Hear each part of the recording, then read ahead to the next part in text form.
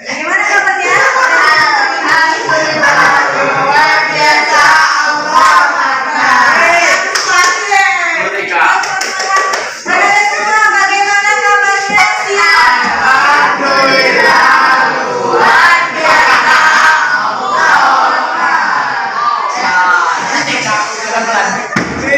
Semangat ya, nggak panas-panas banget, biasanya kita panas tapi hari ini alhamdulillahnya tidak panas banget enggak terasa nggak panas?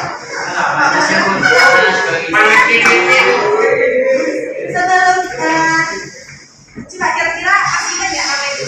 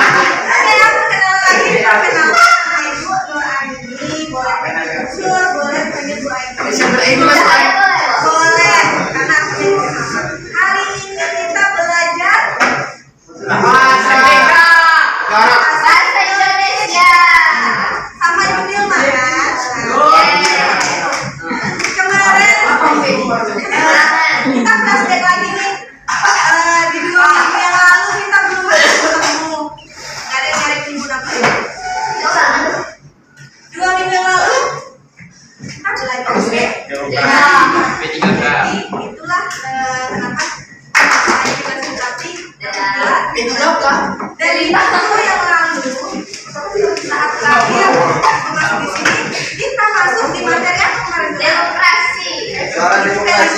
Ya, P5 kalian demokrasi di sini. Kalau sama ibu sebelum kita masuk P5 kemarin kita belajar apa? Teks analisis. Kemarin kita masuk bab 3 tadi kayak sebelum itu ibu absen dulu ya, boleh ya?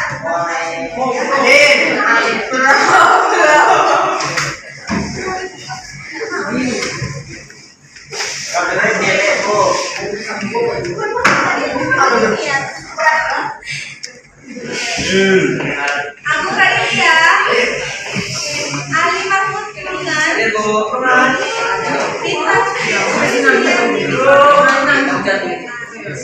dan Papa Eva Gusti Andra,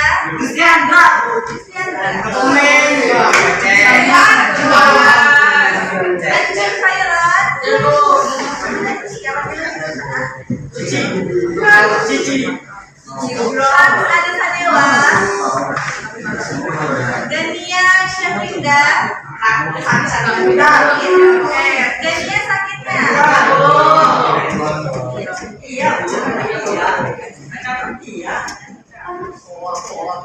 Jeffrey Andika, Muhammad Aditya Ramadan, Muhammad Hadid Zaitullah, Muhammad Rifang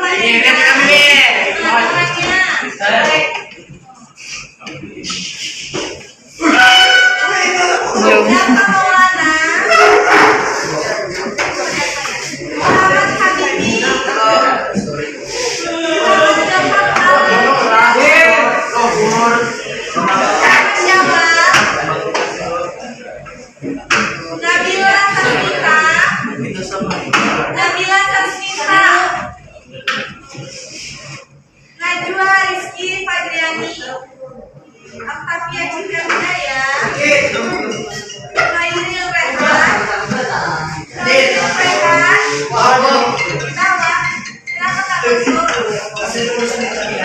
Apa tadi? Dari sama Ibu Irma. Lain kali ini kita kalau ada kegiatan di sekolah. Rafi Alam,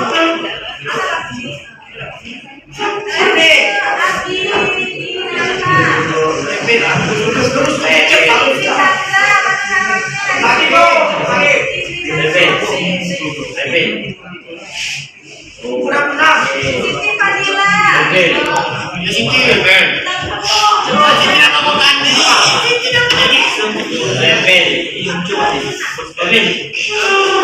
Oke ya. Silakan. Mari. Kita nama pelajaran lagi dong, Bu. Iya, Isra. Hidung ekstrim. Benar ya? Juga. Kira dulu. Berak. Sama-sama ya. Iya, Siswa pertama.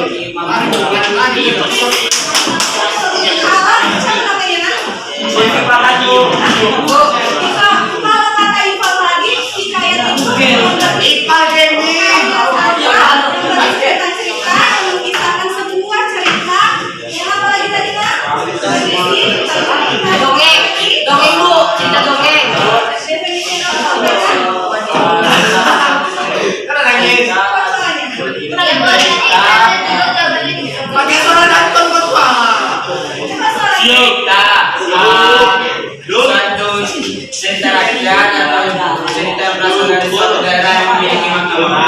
Betul ya, yang disampaikan dari teman kalian. Untuk lebih jelas ya,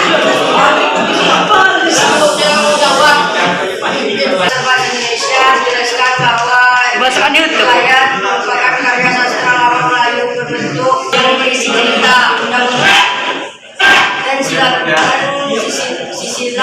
silsilah bersifat renggaan keagamaan, historis, biografis, atau hubungan sifat-sifat tersebut. Sifat-sifat tersebut hikayat merupakan karya sastra klasik yang mengisahkan tentang kekuatan, kesaktian, keajaiban serta mukjizat yang dialami oleh tokoh utama. oke, tepuk tangan dulu.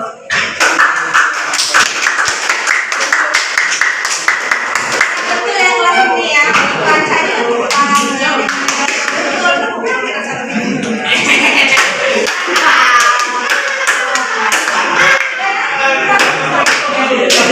Nah, jadi kalau dari teman kamu tadi penjelasannya menurut kamu sendiri dan itu sudah mendekati dari jawaban yang benar. Jauh. Hikayat dalam kamus besar bahasa Indonesia sudah jelas ya, dijelaskan bahwa hikayat merupakan karya sastra lama Melayu yang berbentuk prosa, yang berbentuk prosa yang berisi cerita, undang-undang, selanjutnya tentang silsilah yang bersifat rekaan, selanjutnya keagamaan, historis, biografis, atau gabungan sifat-sifat tersebut. Lebih rinci lagi, hikayat ini merupakan karya sastra klasik. Kalau kita bicara tentang karya sastra klasik itu apa? Karya sastra kalau klasik berarti dia lama. Karya sastra klasik atau yang lama yang mengisahkan lengkap tentang kekuatan, kesaktian, keajaiban, serta mukjizat yang dialami oleh tokoh utama. Jadi ya, tadi udah banyak tahu nih sumber-sumber dari hikayat. Ada si Timun Mas, ada si Malin Kundang, ada si Lancap. Nah, dari itu hikayat itu tadi dapat ya, ada dijelaskan tentang keagamaannya, historis itu adalah kisah si Lancap misalnya. Kalau biografis itu menjelaskan tentang siapa background orangnya. Ya, si Lancap itu ini misalnya, Lancap adalah ini ya, misalnya itu biografi lah ya, seperti itu isinya. Nah, dan gabungan dari sifat-sifat tersebut.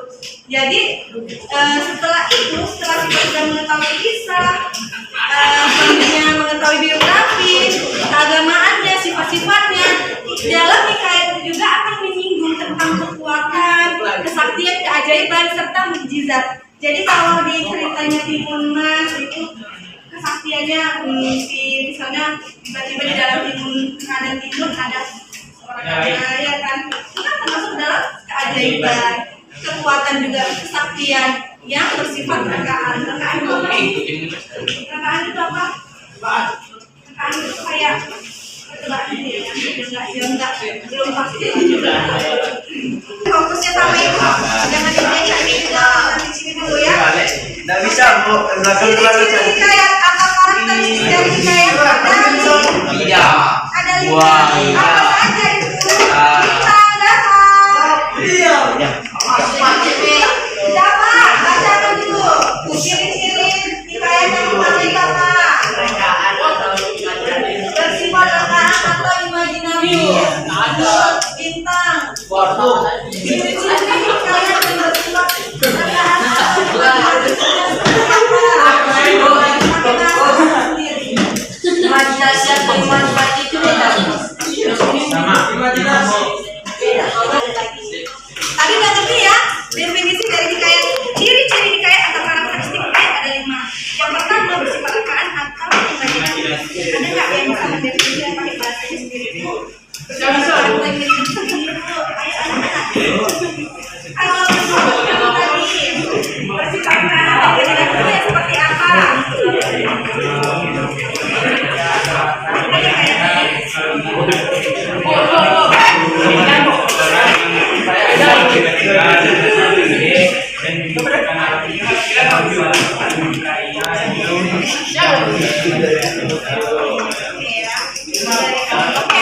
Kita pahami lagi.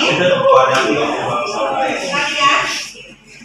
Nah, yang dimaksud bersifat rekaman atau imajinatif adalah cerita di kayak ini bersifat khayalan atau imajinatif.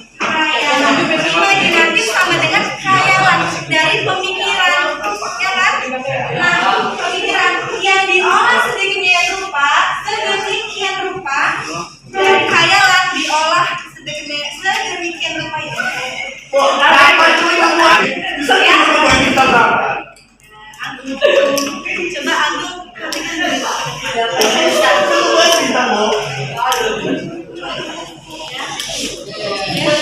Coba Agung siang ini anaknya nggak pakai marah-marah lah ya kan? Nggak suka kan ibu marah-marah? Kalau nggak suka jangan mancing betul. Baik dulu ya ini fokus lagi ya, fokus lagi. Satu ciri-ciri hikayat bersifat atau imajinatif. Cerita khayalan imajinatif sama dengan cerita khayalan yang berasal dari pikiran yang diolah sedemikian rupa menjadi sebuah cerita yang utuh. Itulah yang dimaksud bersifat lekaan atau imajinatif dari hikayat. Ya, kita kembali lagi. Selanjutnya nomor 2, mengandung kemustahilan. Betul atau tidak? Kalau hikayat itu mengandung kemustahilan. Kalau dalam hikayat itu ceritanya banyak yang mustahil, banyak yang kalau dipikir secara nalar tidak masuk akal. Kayak misalnya ingin masuk masa iya ada dari itu masuk ke dalam sebuah contoh yang mengandung kemustahilan. Jelas ya, cerita yang tidak logis atau tidak dapat dinalar. Kalau mustahil berarti tidak akal. Yang ketiga, bersifat anonim. Ada nggak yang tahu anonim itu apa sih? Ada yang tahu anonim? Anonim. Anonim itu kesamaan. Kesamaan. Itu sinonim. Itu sinonim. Anonim yaitu tidak diketahui jelas siapa pengarangnya. Anonim tidak diketahui jelas siapa pengarangnya dan yang diceritakan. Karena hikayat ini disampaikan secara turun-temurun melalui tulisan ke tulisan. Ya, makanya tidak ada yang tahu siapa pengarangnya. Kita tanya dulu, kamu tahu nggak pengarangnya? Kita balik tidak. Kamu tahu nggak pengarangnya Silancang? Atau ada yang tahu pengarang dari Silancang siapa? Karena hikayat itu disampaikan secara turun-temurun melalui tulisan. Itulah dikatakan ciri-ciri atau karakteristik dari hikayat. Yang ketiga, sifat anonim. Yang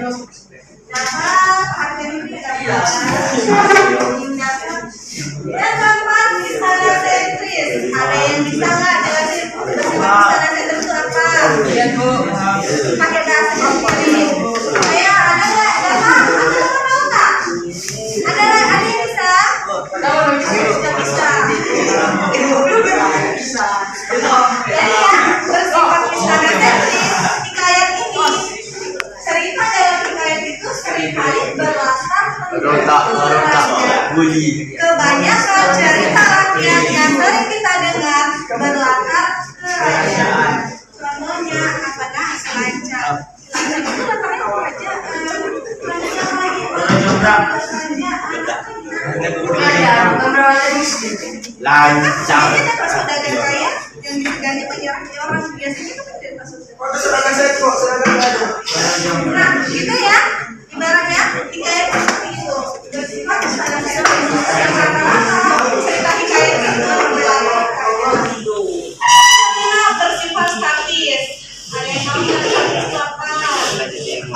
Ya cewek juga dulu ada di tadi tahu nggak? Bersifat statis. Kita tidur tuh tengah tuh badan. Ya, dia itu seperti apa? Bersifat statis, ceritanya berlatar yang mengalami perubahan. Mengapa dikatakan begitu? Karena hikayat disampaikan secara maka kalau disampaikan secara turun-temurun akan menjadi berlebih-lebihan atau ceritanya sesuai dengan kisah yang ada, tapi kebanyakan hikayat itu ceritanya berlebih-lebih. Betul. Coba kalau barangnya nih ya, tapi itu masuk ke ya. Misalnya nih, kalau kita di dalam misalnya nih, siapa bagi padahal aslinya bintang dan Dava itu cuma sebulan gini doang. Datang si Polan ditambah-tambahnya.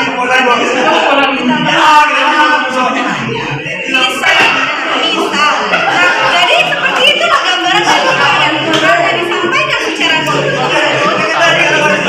Maka dia menjadi berlebihan ditambah panjang tertentu hikayat dengan tapi dari cerita menjadi terlebih-lebihan.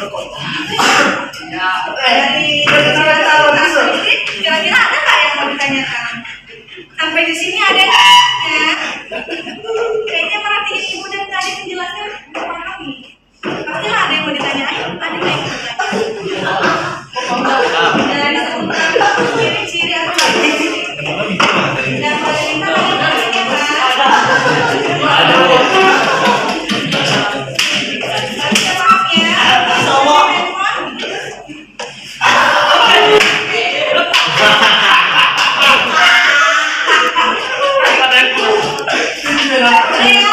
Udah, kita fokus lagi, oke? Ciri-ciri karakteristik, udah paham ya? Ciri-ciri dari karakteristik. Kita lanjut lagi anaknya. Nah, setelah kita mengetahui ciri-ciri atau karakteristik, kita akan memahami tentang unsur-unsur intrinsik dari hikayat. Kira-kira ada yang tahu sama aja nih? Kalau kita belajar cerpen,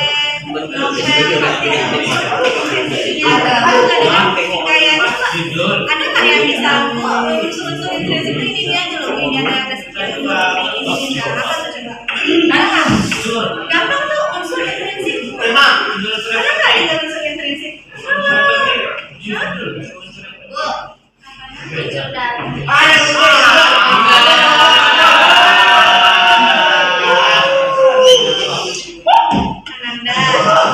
Biasakan ketika ada orang yang ingin berbicara untuk menghargai. Meskipun jawabannya dengar coba perhatikan ibu dulu. Meskipun jawabannya belum tentu benar, tapi kita harus belajar menghargai sesama. Pertanyaan, berarti dia ada keinginan untuk menjawab. Dia ada keseriusan untuk belajar. Sampai punya motivasi, ya. Suaranya,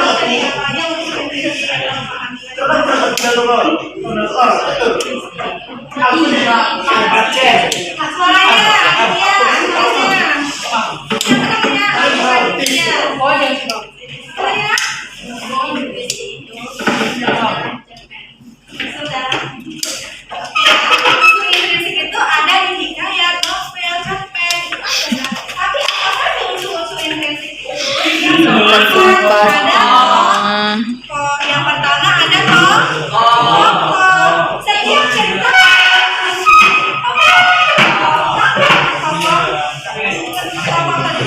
tokoh pendukung atau tokoh lainnya. Setiap kisah, cerita, baik itu kisah nyata, kisah yang dibuat-buat, bisa memiliki tokoh. Pilih apa tokohnya, apalagi ceritanya. Nah, dari tokoh-tokoh ini dia ada 3 perwatakan. Biasanya kalau tokoh itu ada wataknya masing-masing. Ada yang protagonis. Ah, betul. Masya Allah. Teman-teman ya. Betul ya. Tokoh itu ada 3 protagonis. Yang pertama protagonis. Ada yang tahu protagonis? Tokoh baik. Tokoh yang baik. Yang antagonis. Yang ketiga protagonis tokoh pendukung. Ada ibu.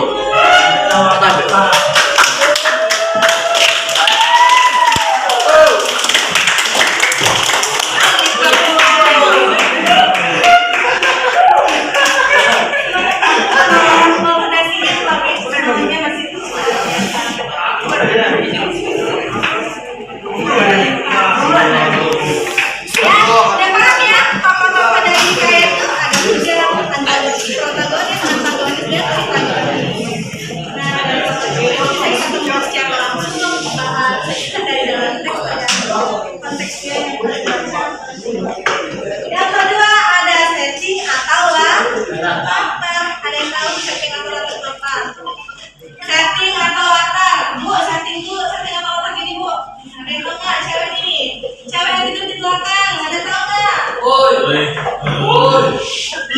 Apa namanya nih? Awas. Kita benar, kita fokus ya. Ada yang bisa tahu? Ada yang tahu setting apa? Tanya dulu kalau mulai. Waktu dan tempat ya satu lagi. Tempat dan waktu. Betul. Betul ya. Tapi yang lain juga harus paham. Jadi setting atau latar itu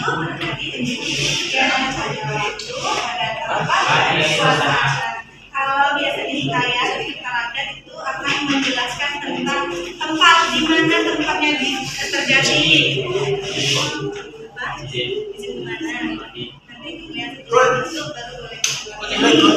Gitu ya, fokus lagi. Kalau bisa diterangkan setting latar tempatnya pasti ada 5 W plus 1 H. Di mana misalnya di mana setelahnya itu ditemukan misalnya waktunya kapan setelahnya liputan terjadi.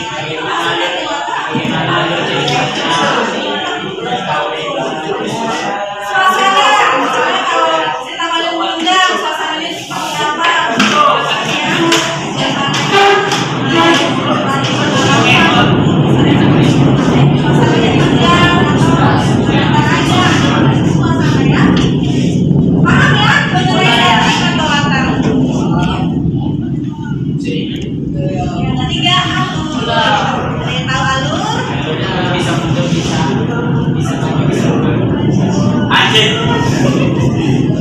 Alur itu maju, mundur,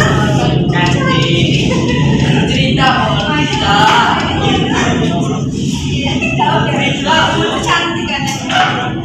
Nah, benar ya, alur itu ada yang alur itu bagi menjadi 2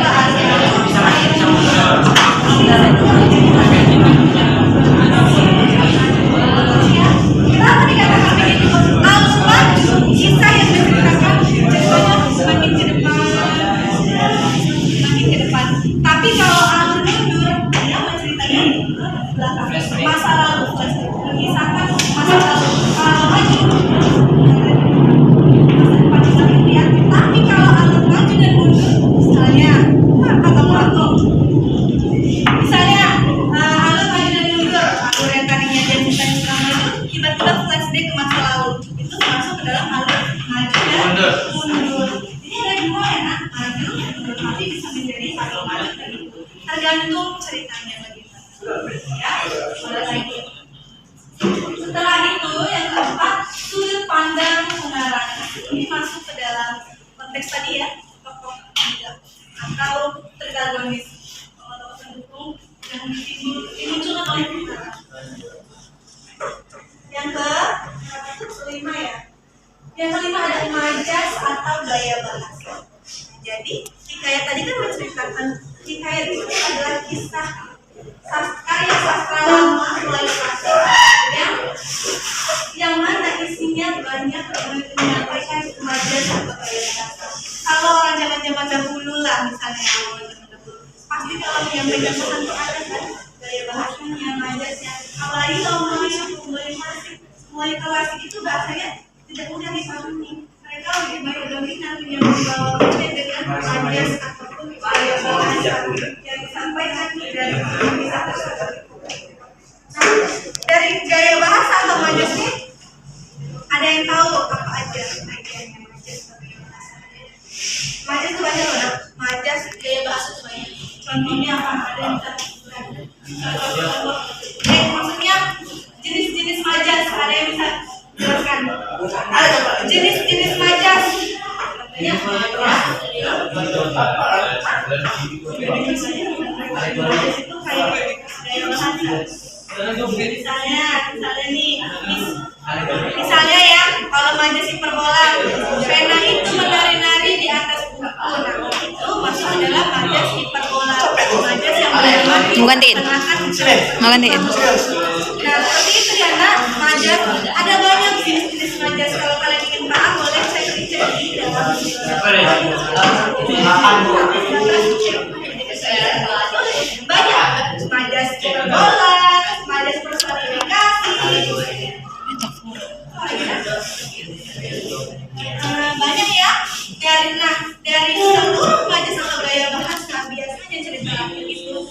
hidup dengan jasa. Itu gaya bahasa karena kayak ini berdasarkan kayak klasik. Orang-orang zaman dahulu lebih dominan menggunakan majas atau gaya bahasa.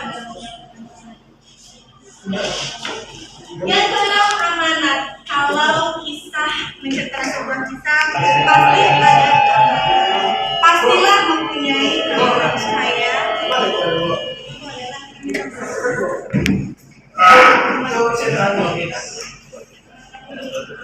Udah Pak, mulai nggak sih Pak?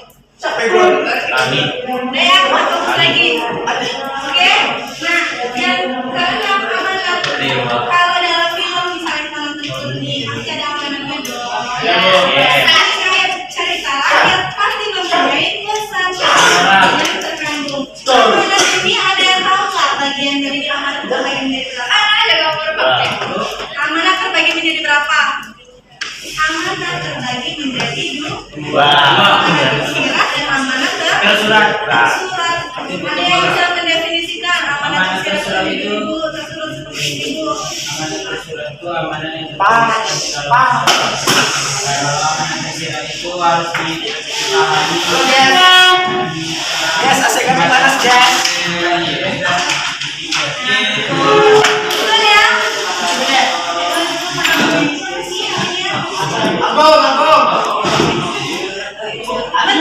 Disampaikan teman kamu kalau amanat itu terbagi menjadi dua, amanat tersirat dan amanat tersurat. Amanat tersirat tadi yang disampaikan secara pemikiran dan juga pemahaman kita setelah membaca atau menerima sebuah cerita. Tetapi apabila amanat tersurat yang disampaikan dalam sebuah teks biasanya itu letaknya di paling akhir cerita tersebut.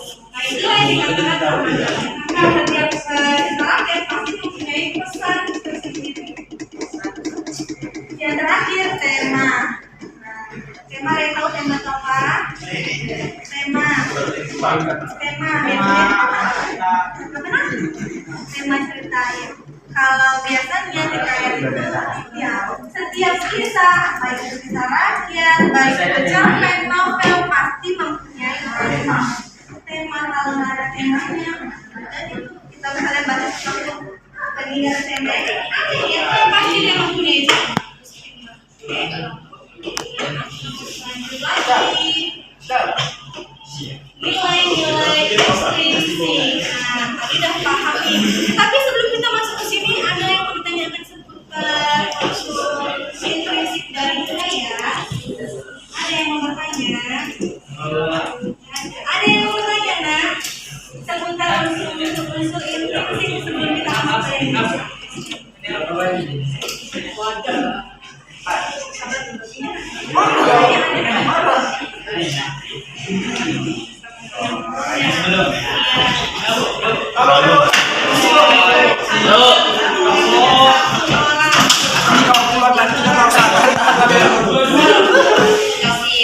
Agung, ingat ya, kalau kurang 10 menit nggak balik, aku cabut.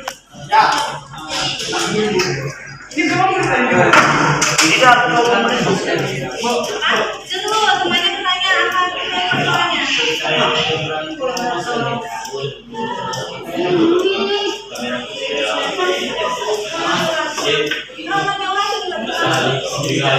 Kenapa dikatakan ini? Karena tahu siapa orangnya. Kalau jangan itu rakyat yang jadi katakan legenda karena dia terjadi di masa yang orang tahu. Katakan legenda. Kisah-kisah yang seperti kayak kerajaan atau apa. Nah, itu dikatakan legenda ya. Nah, nilai ekstrinsik tadi udah tahu unsur-unsur intrinsik. Sekarang nilai-nilai ekstrinsik. Yang pertama ada nilai moral. Nilai moral yang di belakang itu mau dulu jawaban dari yang di belakang. Tegakkan badan. Tegakkan badan. Kita tarik ini. Ini baru masuk musim tidur nak. Coba ibu tanya dulu. Apa lagi? Kayak menurut ini. Menurut Ali, nilai moral itu apa nih? Pakai bahasa kamu sendiri. Nilai moral itu yang seperti apa? Kalau menurut Ali, mana seringnya ada belajar nilai moral, masa bisa nggak pernah dengar moral itu sering disinggung di mana aja, di rumah orang tua kita mendidik tentang moral, di sekolah.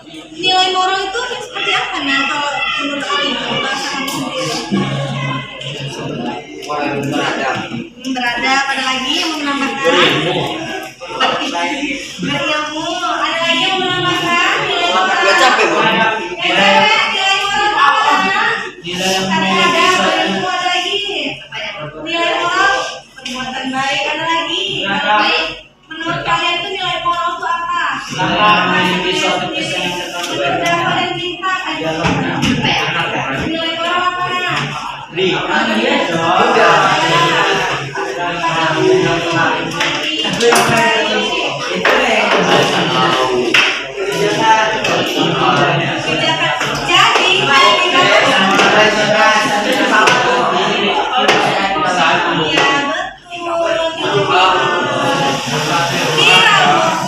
moral yang terkandung dalam hikayat menyampaikan pesannya tentang etika, akhlak. Nah, seperti itu ya nasihat. Yang kedua, nilai sosial. Tadi nilai moral, sekarang ada lagi kah yang bisa mendefinisikan nilai sosial? Nilai kemanusiaan, ada lagi kan? Nilai kemanusiaan, kalau ada teman-teman nilai sosial itu nilai kemanusiaan tuh. Ayo ada lagi kan yang bisa? Nilai sosial tuh, kan kita biasanya saling berinteraksi. Itu termasuk dalam nilai sosial kemanusiaan, interaksi antara individu, saling dengan kamu atau ibu dengan satu kelas ini. Itu yang dimaksud dengan nilai sosial. Di dalam hikayat akan berinteraksi dengan hukum lainnya membentukkan nilai sosial. Paham ya? Paham ya sampai ke situ ya? Oke. Yang ketiga ada nilai agama. Kenapa hikayat itu bisa dikatakan mengandung nilai agama? Nah? Karena di dalamnya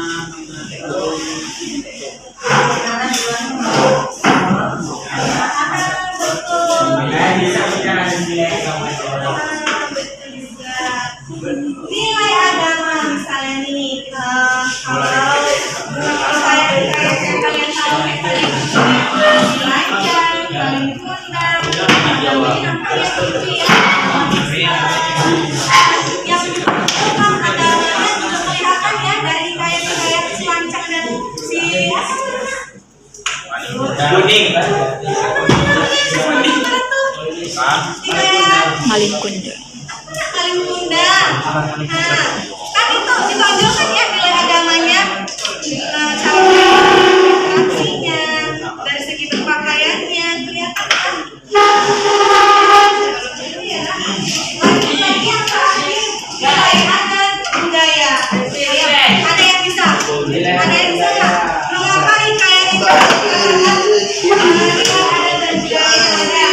Kenapa hikayat ceritanya itu ada yang menonjolkan nilai budaya dan adatnya? Kenapa? Ada yang bisa?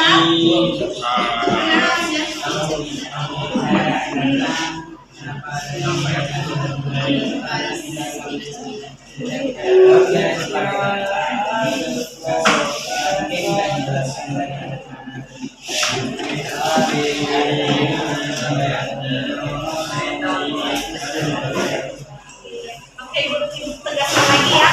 Mengapa hikayat itu dikatakan memiliki nilai adat dan budaya? Karena kalau misalnya kita lihat si Lancang itu biasanya yang dikenal yang paling identik dari si Lancang itu apa? Pakaiannya, suara kapalnya. Oh iya. Ya keluar. Pasti yang kamu tahu Suaranya. Kita fokus lagi ya. Nah, dalam hikayat yang dikatakan nilai budaya ataupun adat dan dikatakan contohnya kita ambil contoh cerita si Lancang. Kalau si Lancang yang identik banget biasanya kita ingat itu pakaiannya, kapalnya ya kan. Si Lancang kalau kita lihat lagi ceritanya pakai adatnya, adat Melayu dia. Kapalnya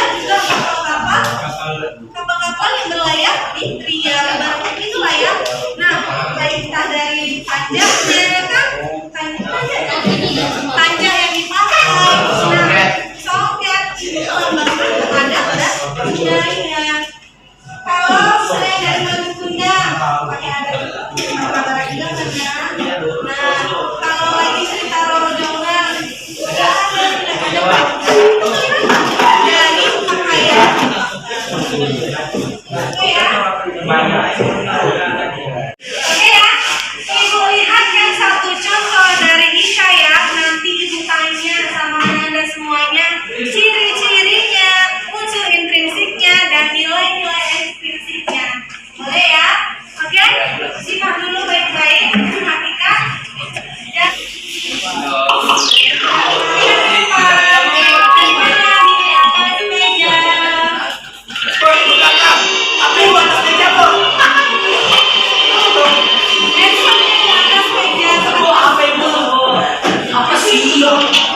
Hikayat Sakejan Kantoda, kisah dari daerah Kalimantan Selatan.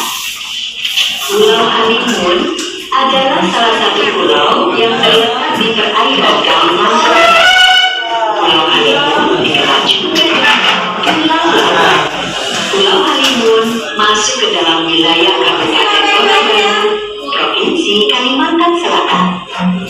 Sebagaimana banyak pulau lainnya di Nusantara, Pulau Halimun atau Pulau Laut juga memiliki kisah mengenai asal-usulnya. Bagaimana ceritanya? Mari kita simak bersama dalam kisah berikut ini. Laut di sekitar Datuk Mabrur sering mengalami badai dengan gelombang yang besar, hujan deras disertai angin dan petir menyambar sana kemari. Meskipun berada di tengah badai, Datuk Mabrur tidak sedikit pun bergerak dari tempatnya. Setelah badai mereda, tiba-tiba di permukaan laut muncul ribuan ikan todak di sekitar tempat Datuk Mabrur menapah. Ikan-ikan tersebut terlihat sangat marah kepada Datuk Mabrur. Namun, Datuk Mabrur sepertinya tidak terganggu dengan keberadaan ribuan ikan todak tersebut dan melanjutkan bertapanya. Ribuan ikan todak yang marah tersebut tiba-tiba terbang menyerang Datuk Mabrur. Anehnya, tidak sedikit pun Datuk Mabrur bergerak dari bertapanya. Dia tetap tenang sambil duduk bersila dan memejamkan mata. Sementara itu, seekor ikan todak yang berukuran paling besar menyaksikan ribuan ikan todak lainnya tidak mampu menyerang Datuk Mabrur. Ikan todak yang paling besar tersebut pun sangat marah. Setelah ribuan ikan todak tersebut gagal menyerang Datuk Mabrur, giliran ikan todak yang berukuran paling besar maju menyerang Datuk Mabrur. Ikan todak yang paling besar tersebut mengeluarkan seluruh tenaganya dan terbang menyerang ke arah Datuk Mabrur. Seperti sebelumnya, ikan todak tersebut terpental dan jatuh. Datuk Mabrur membuka matanya dan melihat ikan todak yang sedang menggelebar kesakitan di depannya. Kamu ini kenapa? Dan kenapa mengganggu bertapaku? Hai petapa, sebenarnya siapa? Apa sih tujuanmu bertapa di sini? Nama aku Datuk Mabrur. Tujuanku bertapa di sini adalah untuk meminta kepada Yang Maha Kuasa agar memberiku sebuah pulau jadikan sebagai tempat tinggal untuk anak keturunanku kelak. Sebuah pulau. Dasar manusia. Memang sukanya merepotkan umat hewan. Begini ya, Petapa Sakti, kami akan membuat kamu sebuah pulau. Tapi lihatlah, aku dan semua rakyat itu terluka akibat perbuatanmu. Sembuhkan kami semua, dan sebuah pulau akan kami buat dan untukmu. Apakah kamu setuju? Baiklah, aku setuju. Datuk Mabrur berdiri dan dengan tongkatnya menyembuhkan semua ikan todak yang terluka. Nah, sekarang tunggulah. Aku dan rakyatku akan membuat kamu sebuah pulau. Sebagai raja dari umat ikan, aku akan memenuhi janjiku. Pantang bagi ikan untuk berdusta. Setelah berbicara kepada Datuk Mabrur, Raja Ikan Todak dan seluruh rakyatnya tiba-tiba menyelam ke dalam lautan.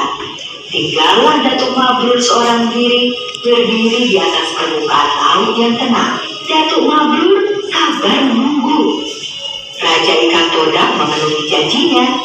Laut yang tenang menghembuskan angin sepoi-sepoi. Perlahan-lahan, angin sepoi-sepoi tersebut bertiup agak kencang dan semakin kencang. Datuk Mabrur pun menjadi waspada dengan angin yang bertiup semakin kencang. Datuk Mabrur yang berdiri di permukaan laut dikejutkan oleh ombak yang bergemuruh. Angin pun berhasil dibuat oleh Raja Ikan Todak beserta rakyatnya untuk Datuk Mabrur.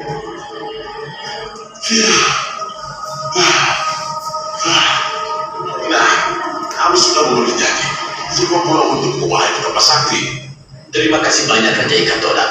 Aku dan keturunanku tidak akan melupakan jasamu beserta rakyatmu. Saijan. Raja Ikan Todak pun kembali ke rumahnya di dasar lautan. Datuk Mabrur berdiri dan melambaikan tangan tanda perpisahan. Pulau tersebut kemudian dikenal dengan nama Pulau Halimun. Dan kemudian dikenal lagi dengan nama Pulau Laut karena muncul dari dasar lautan. Sedangkan Saijan, apakah artinya? Saijan berarti satu hati, seia sekata, atau semufakat. Kisah Datuk Mabrur dan Ikan Todak tersebut kemudian hari menjadi ilham untuk lambang dan moto Kabupaten Kota Baru.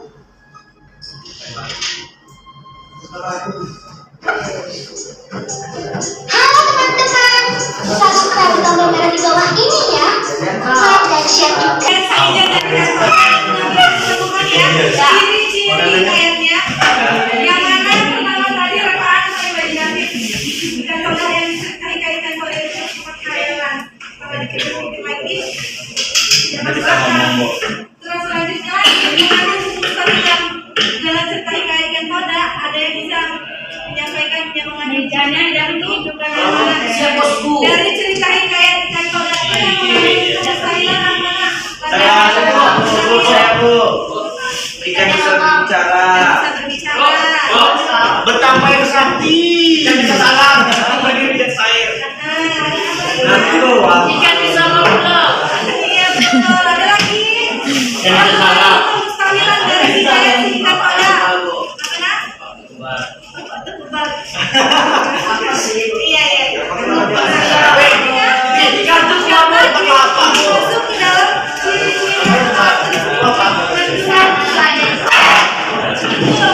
rasanya tidak masuk akal apabila ikan bisa berbicara, ikan bisa memberikan sebuah pulau, setelah manusia bisa berdiri di atas air, dan itu bersifat mustahil, tidak mungkin dan tidak masuk ke dalam.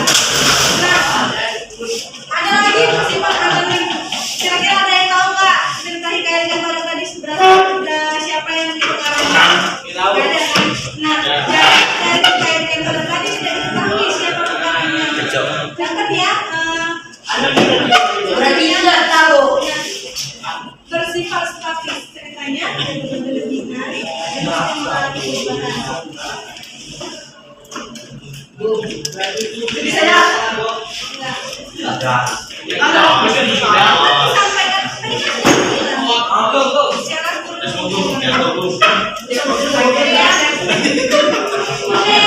nah, dari unsur intrinsipnya, tokoh-tokoh yang ada di Ikan Todak,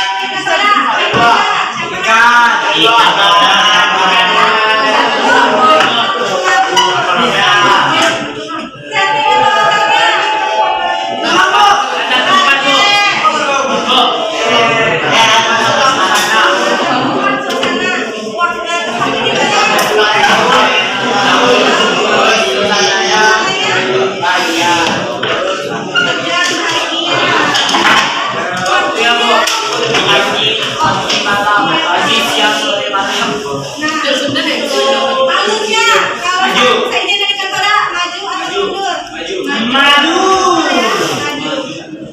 Maju lagi. Maju sebagai bahasanya adalah rujukan dari kaitan tadi. Mendengar Anda?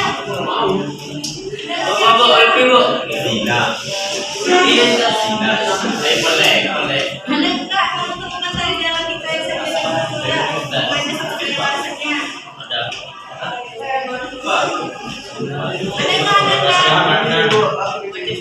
Ada yang Saijan seia, sekata, sehati,